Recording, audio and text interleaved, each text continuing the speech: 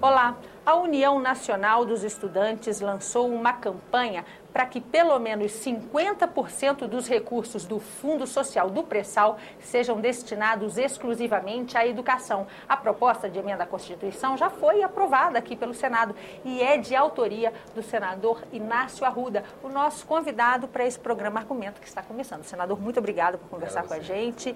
Essa campanha agora é para mobilizar deputados, por quê?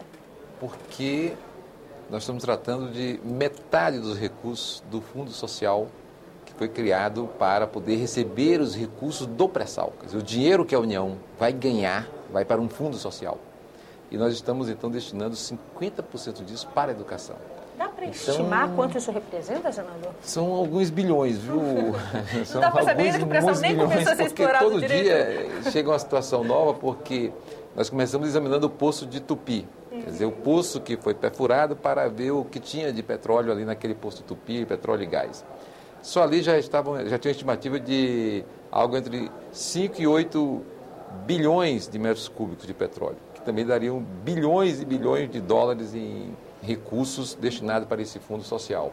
E agora num poço que ainda não tem, quer dizer, ainda não foi destinado para a Petrobras explorar, porque era um poço de exame, de pesquisa, feito pela Agência Nacional de Petróleo, o poço de Libra. Libra, então, criou uma situação que pode ter até 14 bilhões de metros cúbicos nesse novo poço, quer dizer, nesse novo campo de petróleo. Descoberta, tá então, feita pelos quer dizer, você vai acumulando uma quantidade muito grande de petróleo e gás, quer dizer, uma riqueza extraordinária que tem que ser explorada com uma certa rapidez para que a gente possa também utilizar esses recursos adequadamente no Brasil. E nós examinamos aqui. No começo tinha aquela dúvida, a UNE estava com a campanha, discutindo com os senadores, alguns achavam que é difícil você pegar a metade dos recursos do pré-sal. Eu digo, a metade mesmo. Porque quando a proposta veio da Câmara para ser discutida aqui no Senado, ela já tinha uma divisão entre algumas áreas sociais, não é, senador? Um pouco para a educação, um pouco para a saúde. Então, não tinha uma decisão de quanto eu vou colocar na educação. Então, você tinha educação, entrou aposentados, entrou meio ambiente, entrou ciência e tecnologia, esporte, cultura. Então, você tinha uma fila de reivindicações, todas justíssimas e todas, se você olhar por um determinado ângulo, é prioritário. Todo mundo querendo dividir esse bolo. Mas eu examinei o seguinte, por que eu considerei que a proposta da UNE, eles estavam com esses argumentos na mão, era a mais justa, a mais correta para aquela situação. Primeiro, eles pegaram um argumento do presidente da República. O Lula disse que nós temos que colocar o dinheiro na educação. Só que na hora que o fundo vem proposto, já vem meio atomizado, com várias propostas. Segundo, teve o Lula, que disse que a educação é a prioridade. Número 1 é a educação. Segundo, se você mexe com a educação, você toca na questão ambiental. Se você mexe com a educação, você entra na questão da cultura, da arte, da ciência e tecnologia, do esporte. Você entra aqui. Então, a educação vai sim mexer com toda a atividade nossa que estava, digamos assim, pensada para o pré-sal, para o fundo do pré-sal. Então, tudo que foi posto ali no início, atomizadamente, sem dizer quanto é para cada um, quer dizer, vai ser muito bem atendido se nós investirmos em educação. E o senhor acredita que uma campanha como essa, uma legislatura que está começando, tem um apelo? Estou falando que está começando porque estou partindo desse pressuposto que também. Parte dessas discussões vão ficar para 2011. Eu também considero que é quase certeza que nós vamos ter essa discussão em 2011. Eu considero assim que o Congresso vai chegar com muita vontade, porque é um Congresso novo. Então você pega metade da Câmara, é nova, porque é o tipo de renovação quase que automática que a Câmara tem. E muitos desses deputados vêm também ansiosos em dar uma ideia de que vão buscar resolver um problema concreto da população. Eu também tenho consciência que terá muita pressão dos outros setores, que vão achar que não, mas por que não é cultura, por que não é isso, por que não é aquilo? Então, isso vai ter. Então, nós vamos ter que atuar com muito argumento, tá certo? Então, que esse programa aqui já leva muito argumento para as pessoas e para os deputados também convencer os seus colegas e para a sociedade convencer os deputados. E essa campanha envolve assinaturas de abaixo-assinado? É uma campanha aberta, grande, que a UNE está fazendo, tem assinatura, tem página da UNE, tem página da UBS que está junto com a campanha. Como o senhor disse aqui, a campanha já valeu para pelo menos lhe convencer a apresentar a proposta e ao Senado a aprová-la, né? A primeira parte foi essa, porque estava tendo dificuldade. Então, nós apresentamos a proposta, Depois nós levamos o documento para ser assinado pela senadora Fátima Cleide, que subscreveu porque ela tinha um papel importante, porque era presidente da Comissão de Educação. E na hora, ali também convencemos o líder do PSB, disse, olha, você tem que entrar aqui, você vai entrar. E o senador Valadares, então, também subscreveu essa proposta de emenda. Isso foi uma vitória. Eles estavam aqui durante a votação, acompanhando, preocupados, porque tinha muitas confusões em torno dessa questão da regulamentação da área do pré-sal. Então, você tinha propostas que, na prática, tentavam inviabilizar o problema do pré-sal no Brasil, um novo modelo, porque era controverso, a questão da partilha ou concessões. Então, quando se definiu a questão da partilha, então, acho que ficou assim mais fácil, porque ninguém aguentava uma outra votação nominal. Que os estudantes estejam acompanhando de perto essa discussão sobre esses recursos. Porque você tem esses dados, tem essas informações, nós ainda estamos longe na educação. Quer dizer, o Brasil ainda está longe.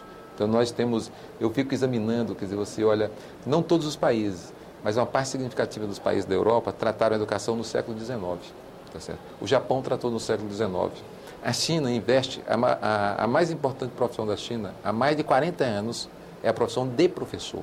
É onde você ganha melhor, é na profissão de professor. Então, nós estamos distantes, nós precisamos romper essas barreiras que nós temos na nossa frente. E até para ele subsidiar, vou trazer aqui um dado de que o índice de desenvolvimento humano do Brasil hoje, de acordo com as Nações Unidas, é até pior do que a média latino-americana. Quer dizer, então, quando comparado com os nossos próprios vizinhos... Assim, nós estamos numa situação muito grave nessa... Agora, senador, esse dinheiro que o senhor colocou aqui no início, bilhões e bilhões de reais, a depender, inclusive, do quanto vai sair dessa exploração, do quanto vai custar o petróleo quando essa exploração começar a ser reformada, como é que vai ser distribuído? Na sua avaliação, quais devem ser as prioridades? A proposta de emenda à Constituição já prevê que setores devam ter uma prioridade?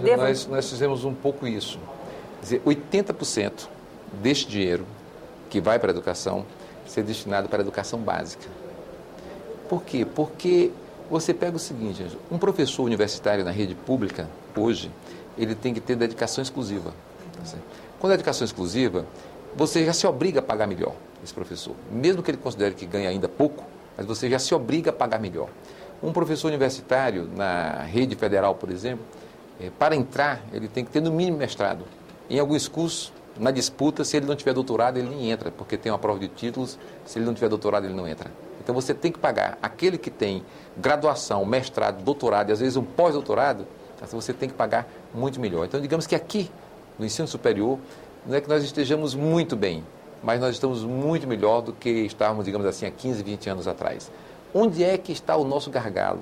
Onde é que você praticamente deixa que as crianças saiam da sala de aula, porque não aguentam a situação das escolas brasileiras? É na educação básica. É aqui que é o investimento.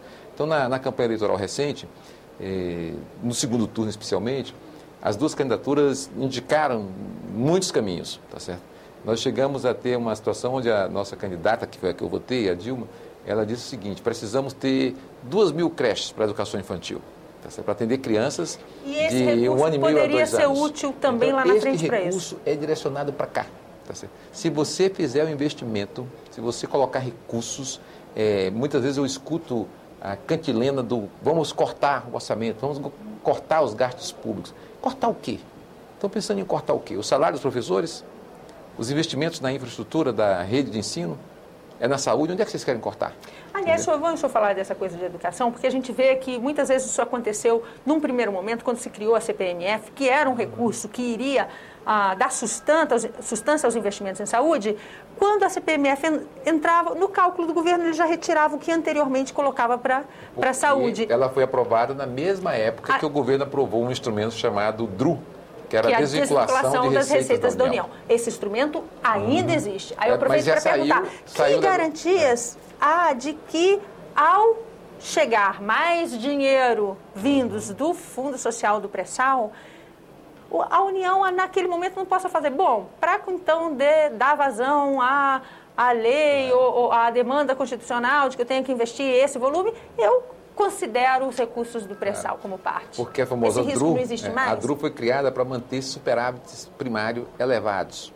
Então você saía tirando dinheiro de tudo quanto é área para garantir o superávit elevado. O que nós fizemos? Derrubamos a DRU da educação e derrubamos também da saúde. Então isso não pode acontecer na saúde e mais. na educação você não tem mais DRU.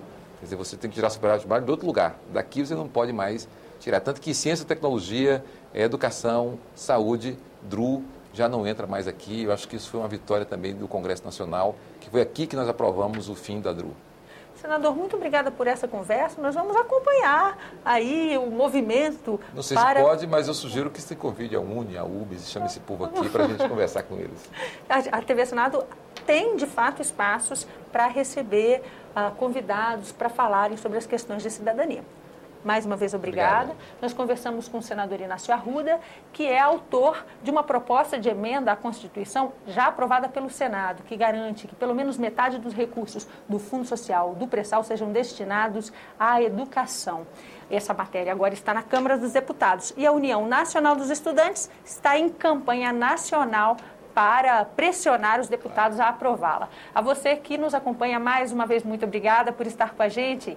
Eu sou Ângela Brandão e este é o programa Argumento, para a TV Senado, para a Rádio Senado e para as emissoras conveniadas. Lembrando que se você quiser ver trechos desse programa, ele está totalmente disponível na internet. Anote aí o endereço, www.senado.gov.br/TV. E ali mesmo você pode deixar seu recado. Tchau, até a próxima.